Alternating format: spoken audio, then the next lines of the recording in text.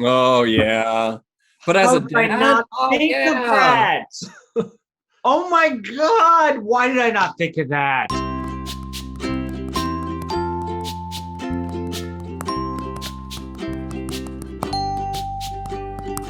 Hey everyone, and welcome to the Papacast. Now, top 5 TV dads as per the Papacast. I think we're gonna start at 5.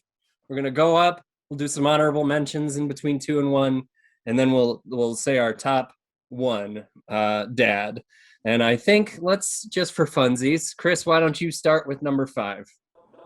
Number 5. All right. So my number 5 is everybody's favorite grunting toolman, Tim Taylor.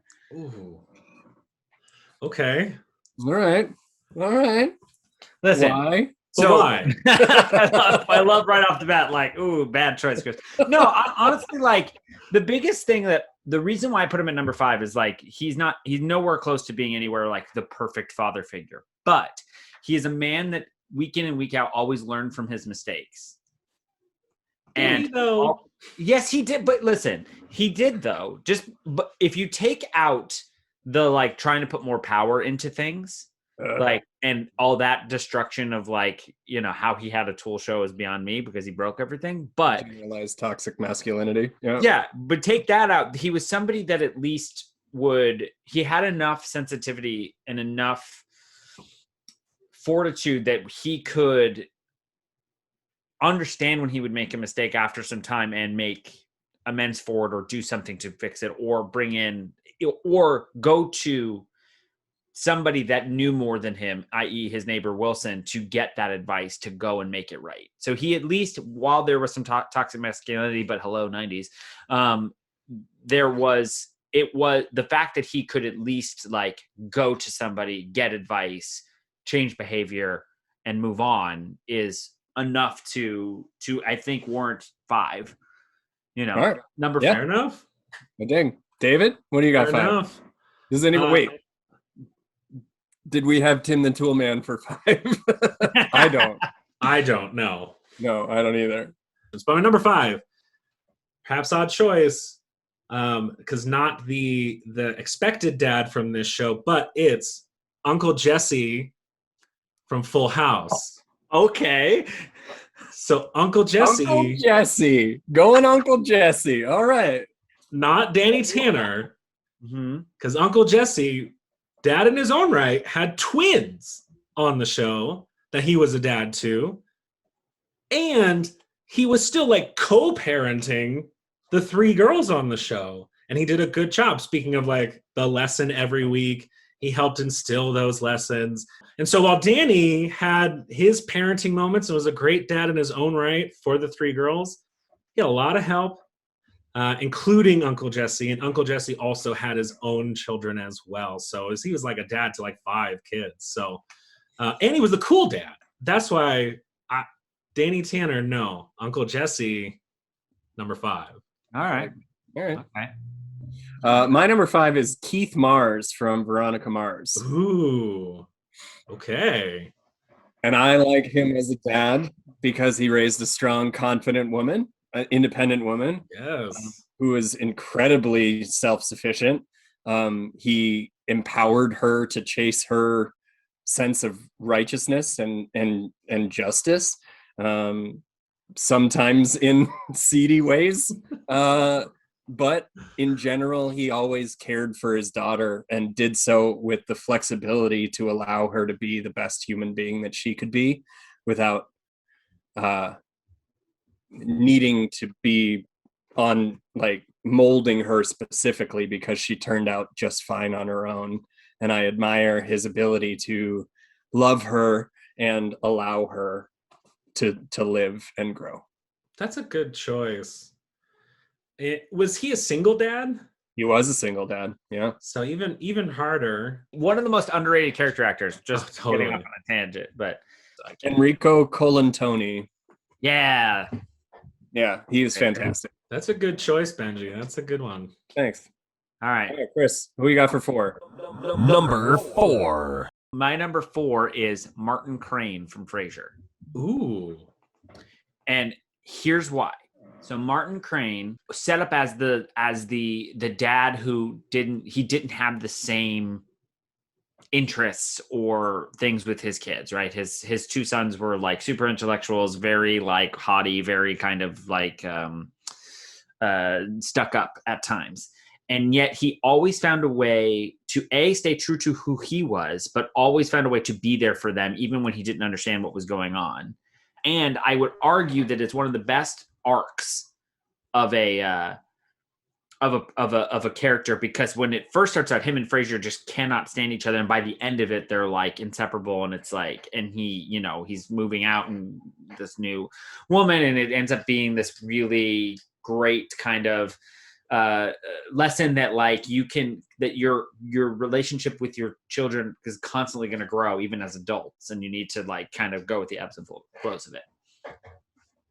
Yeah, I gotta say, I considered Martin, and you were absolutely right on the arc, and I think he didn't make my list only because I was overweighting like the earlier half of the series of how often he was sort of teasing or making fun of their interests, but I probably didn't give enough weight to that arc and how he does at least make the attempt. There's a whole episode where he buys them a painting and they find it ugly and don't know what to do about it, but he tried, right? Yeah. Like, that's the point. So that's a good pull. My favorite episode is when they all discover they love Antiques Roadshow.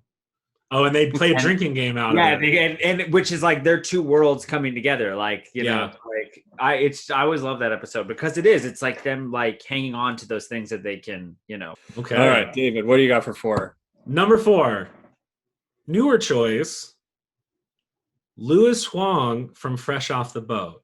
Oh, yeah. Have you watched that show? No.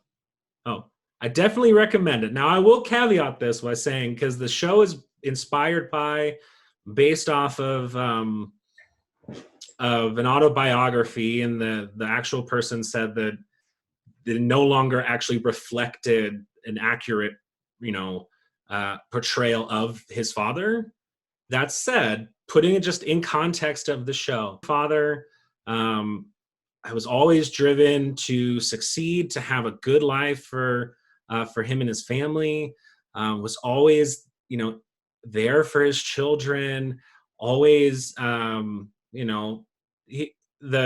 dynamic of the relationship was he was sort of the easy parent, and the mom was the strict parent.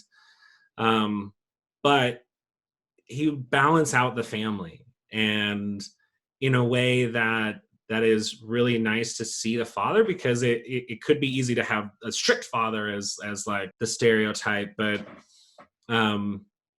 he did hold his own at points, but then just the way that he just oozed love and cared for every single member in their own, as an individual in the family, and just wanted to lift up the family and make sure everyone was happy and successful in their own ways. Like, modern choice, modern TV choice, but definitely earned that spot. He's such a solid role model of a father. So check it out. I highly recommend it. My number 4 is Carl Winslow from Family Matters. Fantastic dad. Really essential time with one. It's a spinoff of Die Hard, which is awesome. Because he's the cop in Die Hard. He's the cop in Die Hard, but the show's a spin-off of Perfect Strangers. Yeah. Also, I'm pretty sure he played a different cop in Die Hard, not different Carl cop. Winslow. I think I see him as Carl Winslow in Die Hard. Carl Winslow in Die Hard makes that movie very different. That's so much better. I like the layer it adds, though. Yes, right? He was great. He dealt with the nerdy neighbor, and he dealt with his kids really well. He was also at that point in time showing a healthy Black family on television was certainly a good thing for television to do at the time. And for him to be a cop and showing the stresses that can put on a family and all of that, I think it really was a great portrayal of fatherhood. I really liked him. Solid poll. Huh? Solid poll. I All would right. also say, for if we do this another episode, Harriet Winslow, top 5 TV mom, like Sure. amazing. Yeah. All right, number 3 for me. Yep. Number 3. All right, here come the debates. My number 3 is Danny Tanner from Full House. Oh, So okay. didn't even make your top 5, and Nope. I got him at number 3. And here's why. Yes, Uncle Jesse was the cool dad, if you will. But that, I would argue that what the space that Danny was in and having to come to terms with the death of his wife and raise all these girls, that yes, he has the help of the uncles, but he has to navigate a career in which he's actually a public figure, like he's known outside. So like that means his traumas are out for all of San Francisco to see. We're not talking the country, but San Francisco. And he has to compete with these 2 other male figures that are going to try and instill their own sets of values and their own sets of personality into their kids, kind of at the drop of a hat, because that's not how he was planning on raising his kids, and still be able to kind of instill his values and what, his take on things, I think is a much more admirable task than would say Uncle Jesse, who kind of gets dropped into it and then gets to like kind of have like a practice round with Michelle and the girls, and then all of a sudden gets his own twins. It is. I mean, he kind of got to hone his skills before. So let's not forget, the wife died. That was Jesse's sister. I understand. He also is having to deal with the death of his sister, and he chooses to come into the house to help this man raise his child. And as many weeks as you have Danny Tanner teaching DJ a lesson, you got Uncle Jesse teaching Stephanie and Michelle the lesson on top of the twins. I understand it. I get it. And like, I'm not saying that he's like bad or evil, or he doesn't deserve to be in the top 5. I'm just saying that like, there is a difference between losing your wife and the mother of your children as to losing your sister. Like they're both equally weighted, and I think they're both terrible things to have happened, but you have to like navigate. Like nobody would fault Uncle Jesse if he came in, stayed for a couple months, and left. Like nobody would fault him. He didn't, and that's why he gets more points. I'm saying like nobody would be like, oh, what a terrible human. Like, so it is good. I don't know. I think he's just. I think they're both great role models.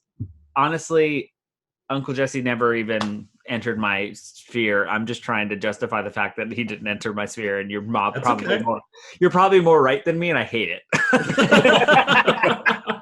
I've got Danny Tanner as an honorable mention. So I think, but I didn't have Uncle Jesse. So no, because I mean it's hard with Uncle in sort of the character colloquialism, right? Which brings me to my number 3. Nice. Uncle Phil. That's me. That's my 3. Nice. Yeah. Nice.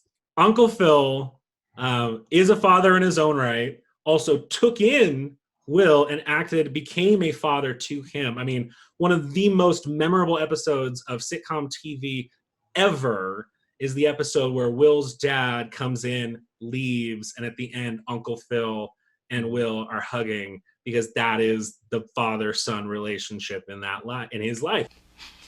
How come he don't want me, man?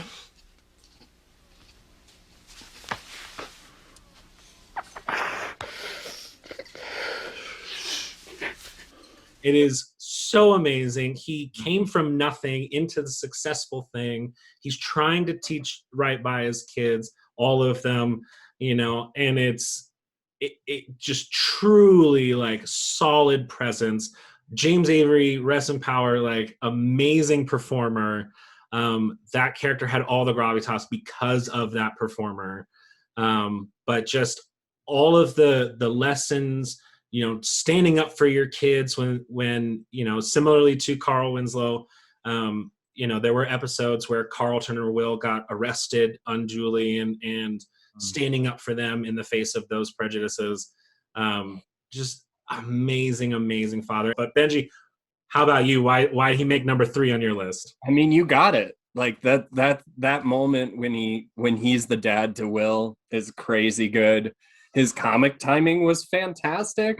Oh, yeah. Just the foil that he played to Will's crazy and the anchor that he was for that family was fantastic.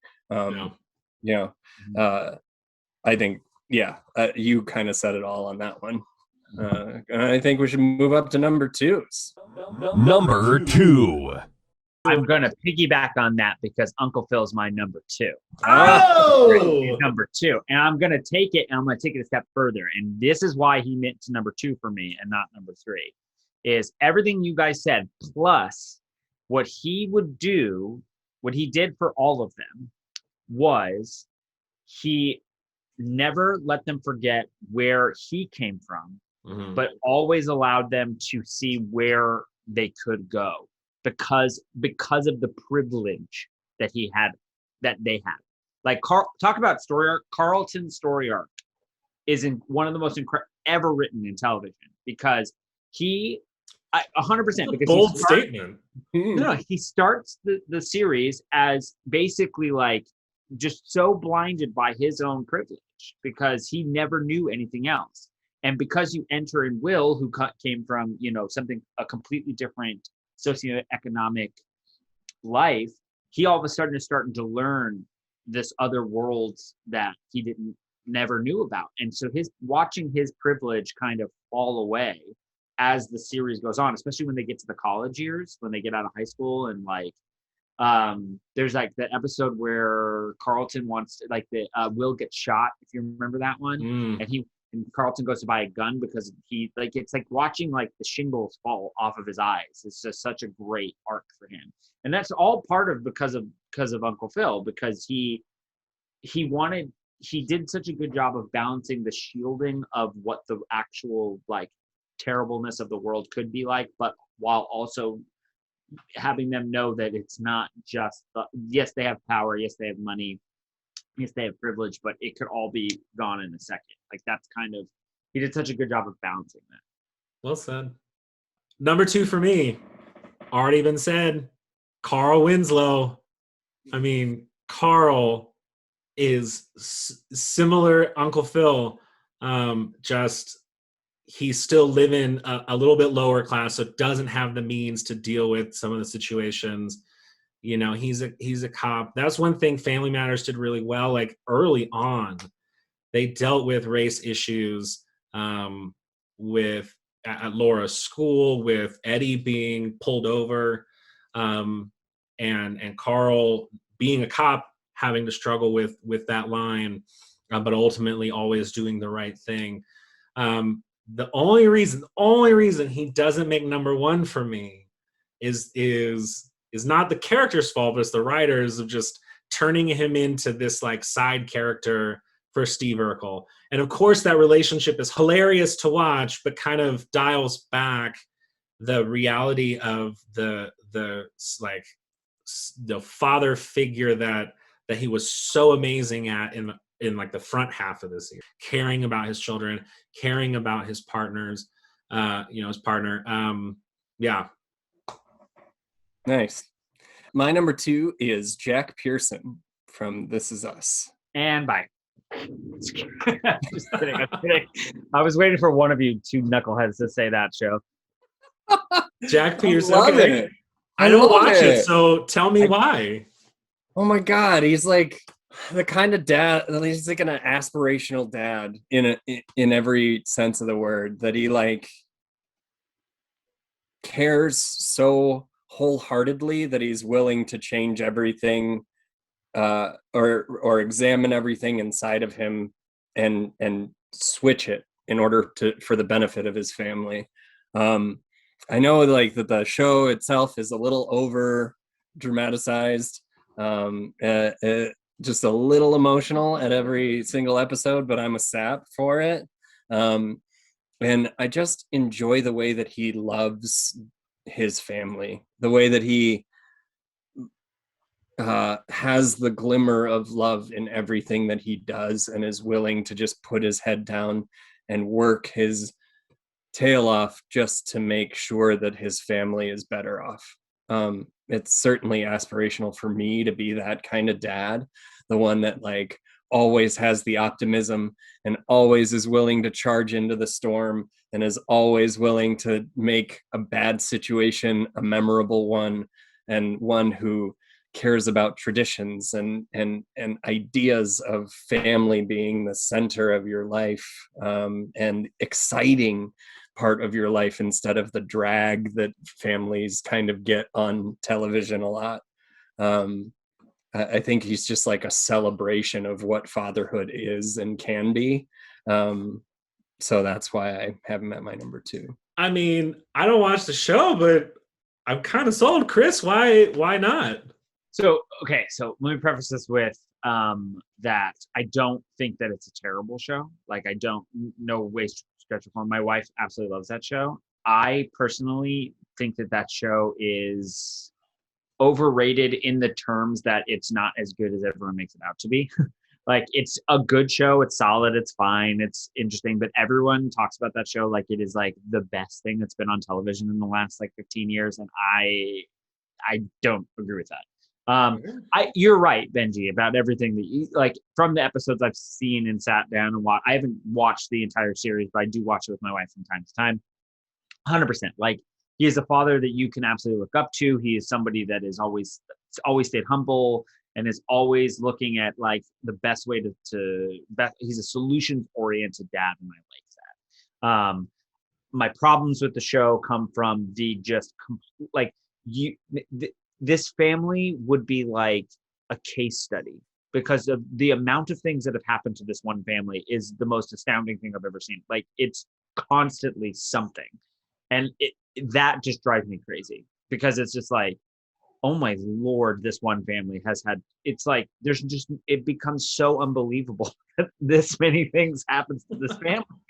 Like, they're like the most unlucky family on the history of the earth. It's crazy. Yeah. It's nuts. They are steeped in trauma, to say the least. Like, not even just trauma, like literally, like just like pack it in, give up at this point. Dear Lord, oh my God. So, but yeah, so I digress. So, solid choice. I just knew that one of you was going to say it, and I was like, oh, here we go. So it's here. All right. So my honorable mentions. Here we go. My honorable mentions. I have a hard time picking between the two. One is Marshall from How I Met Your Mother. Just solid dad, always fun, makes mistakes, but like will always try and come around, is a good friend, is a good father figure. You know, his dad could also be an honorable mention because his dad is epic, but I don't think he's enough on the show to really kind of warrant that. Wow. The other one, and this is where I heart, is may he rest in peace, John Ritter's character in 8 Simple Rules. That dad. I don't know that. It was a short-lived show, unfortunately, because John Ritter passed away. I feel like it was only like 3 seasons in. It hadn't been on very long, and then he passed away suddenly. It was Kaylee Cuoco's first big show. The titular daughter. Yeah, she played the daughter. And classic John Ritter, just, quirky dad, trying to figure out his way. Katie Seagal played his wife. It was just a solid, like, that show had legs and it would have gone for a long time had he not passed away. I think that it's honorable mention because he didn't get enough time to really kind of get into the meat of it. Like, because the whole premise was his daughter had just become a teenager and he was like navigating it. Like, how does a father navigate having a teenage daughter? Kind of what David will be going through in 6 years. So 7 years. Yeah. So, in that ilk, I would also honorably nominate Robin Williams in The Crazy Ones that only went 1 season. Oh yeah, that was a good show too. He was an incredible dad in that show. That show deserved more time. Yeah, definitely. My honorable mention is only I think this guy could end up on the top 5, but we just haven't seen enough. And that's Ted Lasso. Oh yeah. But as How a did I dad, not oh, think of yeah. that? Oh my God! Why did I not think of that? Oh, he's so Ted good. Lasso, we've only seen what, 8 episodes of it? And even in those 8 episodes, the way he is with his players is just who he is. So Ugh. you know that carries over to him being a father. The other part of it is the whole reason, part of why he's in London is to give his partner space. That's an amazing sacrifice. And he calls his son all the time to check in. When they come visit, you can see how much love he has for his child, because he like calls practice, or he calls training, and runs over and picks him up and then carries him onto the field when he's finally win that one game. I mean, you have so many indications that this guy is an amazing father, and has so much love for him and his family and just people in general, which is an amazing part of, but we just have only seen bits of it, and I'm extrapolating the way he is with other people, the way he is as a father. So I look forward to season 2. July 30th. There you go, July 30th, which is important date.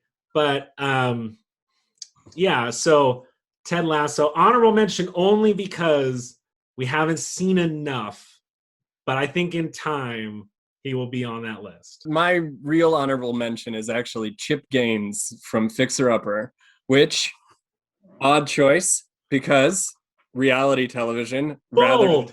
than a scripted character, kinda.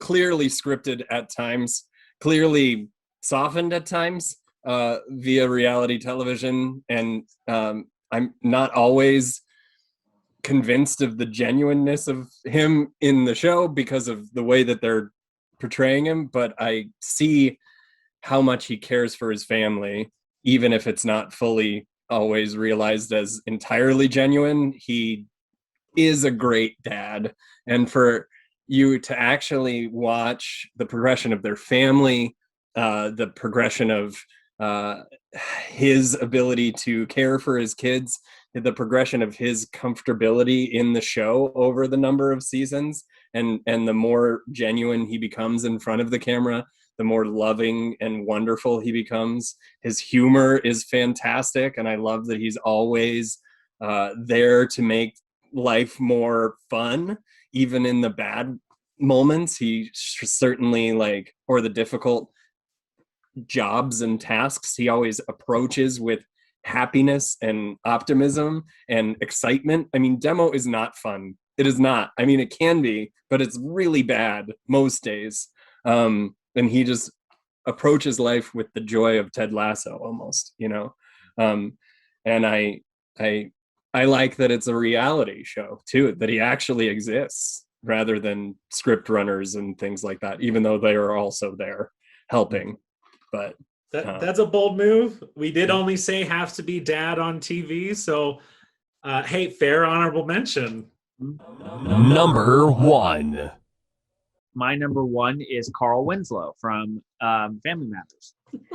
So here's why. I agree with you, what you were talking about between him and Uncle Phil. But there's the reason why he got the edge over Uncle Phil was because, yes, he ended up becoming a foil for Urkel at the end. But if you think about it from the standpoint that they're both similar characters, with the exception that one is very well off and one is more of like a working blue collar kind of dad. But Uncle Phil took in Will family, right? His wife's is his nephew. So there's a sense of urgent family. Carl Winslow took in a random stranger's kid off the street that was a neighbor, had no relation to Urkel at all, and was like, I'm taking you in, I got you. We're a family, community is a family, like this neighborhood is a family. And I guarantee you, I mean, it was just a show, but he probably would have done the same thing for any kid that was on that street and on that block. And so because of those reasons, I had to chop Uncle Phil. I'm just kidding. Sorry.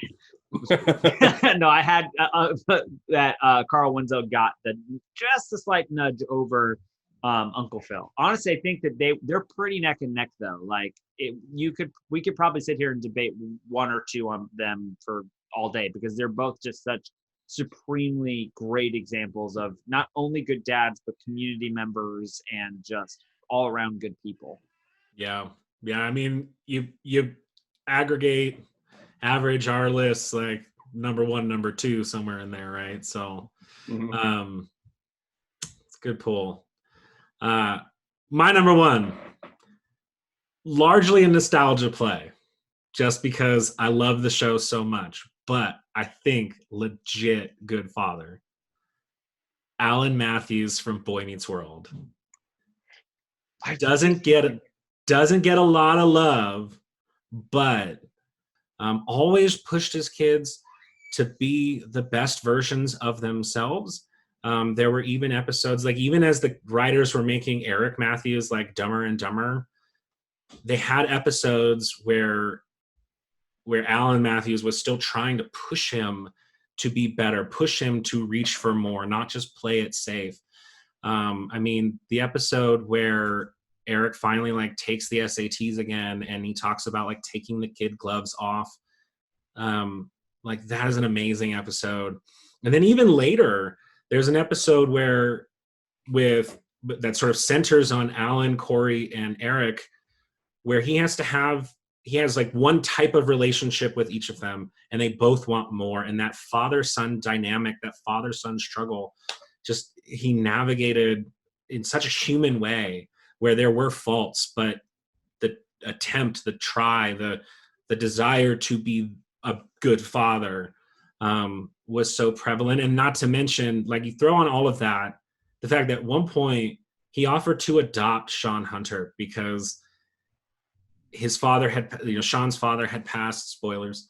What?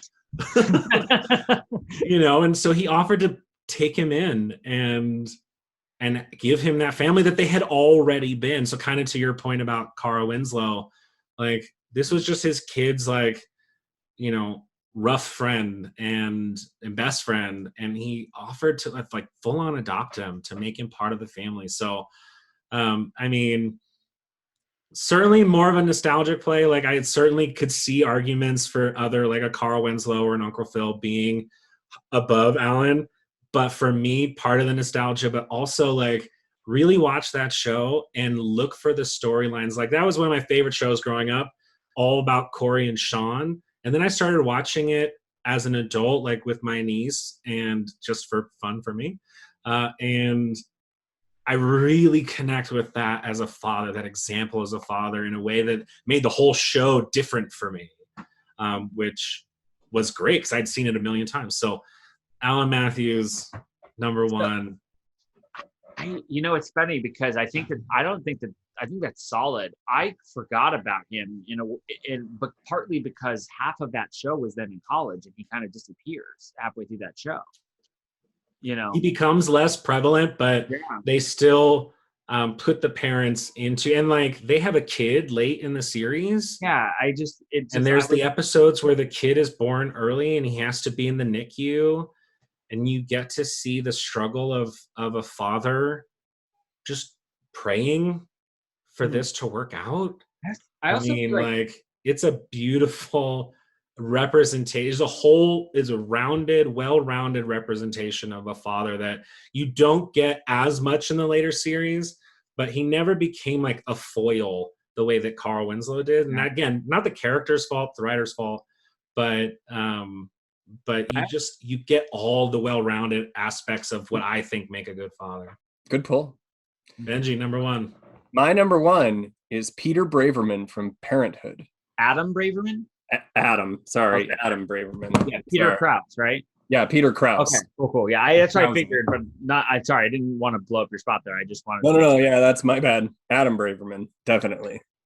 Again, a show that kind of over dramatizes, and just like Chris is, I'm sure you can have the same gripes with Parenthood. I don't know that show. I never watched that show, so I have no gripes Holy heck. or against it. Oh my God. Parenthood and This Is Us are both shows that make me cry every episode, but I'm a sap.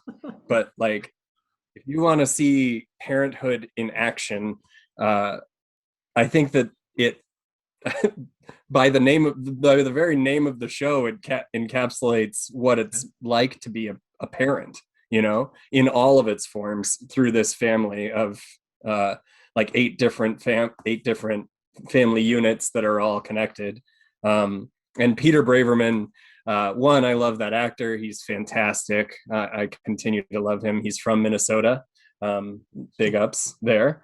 As well as he has an autistic child and handles it in a way that not only is believable, but is like certainly aspirational for someone who wanted so wholeheartedly to have like this amazing connection with his child and had planned so much of his life as a father, and then to be thrown this overwhelming curveball, and the way that his character throughout the series deals with and or excels with and or just shows how to parent in a way that I only can hope to be about 10% of.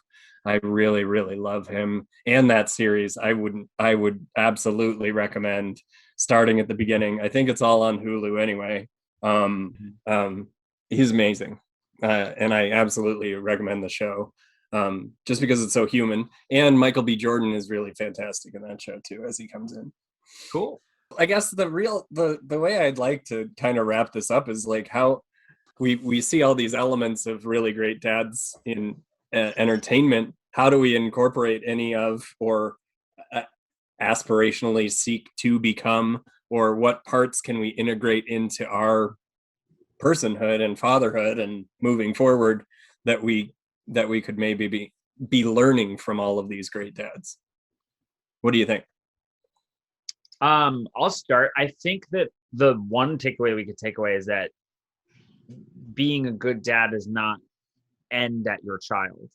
Like being a good member of your community and being a good member to everyone around you, whether they're strangers or your actual family. And yeah, I mean, I think that especially for us, the ones that we're drawn to are the ones that take in people or help others, or also just knowing where we came from and the mistakes that we've made, and knowing that more mistakes are going to be a part of the path that we're paving, but we just have to continue to learn and grow from them and try not to make the same mistake twice. Yeah, for me, thing one is wanting to be a good dad, like asking the question, how do I be a better father? How do I, there's so many examples on TV where they don't care, right? They're just selfish. And but I think all of our examples want to be a good dad and ask those questions of how to be a good dad, and are always trying to become better. They realize they struggle, but try to be better, because wanting is not enough, but actively then making the choice to try and be better. That's something that I think is a lifelong pursuit. As the child grows up, it's a new challenge, and so you have to adapt. And how do I deal with this? The other part of it is, I think we've all picked people that aren't like forcing their, like who they want the kid to be onto them. They're letting the child be themselves and grow up and be the best version of themselves. Like, yes, as parents, we are the teachers, we are guides. We instill a version of our beliefs and our morals and our ethics we try to, at least, into the children to guide them, but they're full-fledged human beings and they have their own ideas and own desires and own dreams. And as they grow up, that only develops and matures and evolves, and letting them be that and helping them be the best version of that person, it is something that I admired in all of the choices that I made. Is that, and as especially the examples where we have you got to see them interact with older versions, you got to So like, okay, I can't, they're not a kid anymore. Like how often do we hear that, right? And adapting to that, adjusting for that, and having that adult size relationship, even though you're still the parent. I think a lot of that is what I pull from these characters, is the desire to be a good father, and the desire, and then doing your best to help them become the best version of themselves they can be. So what about you, Benji? I like what both of you have said. And kind of to fill in gaps, I was really drawn to optimistic fathers, Yeah. and humorful fathers, like fathers that find the joy in life, even in the hard times. That kind of stuff really resonates with me, and that there will be days where you're not 100%, but if you approach it with the possibility that everything can and will work out, and that if you laugh a little bit along the way, that you'll probably be doing just fine. I really appreciate that sentiment about fatherhood, and that's where my TV dads kind of live. Yeah. Yeah. Thank you, everyone, for listening to the Papacast. Check us out on all the socials, and click subscribe below if you're watching this on YouTube. We appreciate you so much. Share this with your family and friends. Let us know what you think. And comment down below what your top 5 TV dads are. Yeah, other than that, we'll see you guys real soon. All right. That's another one. That's it in the bag.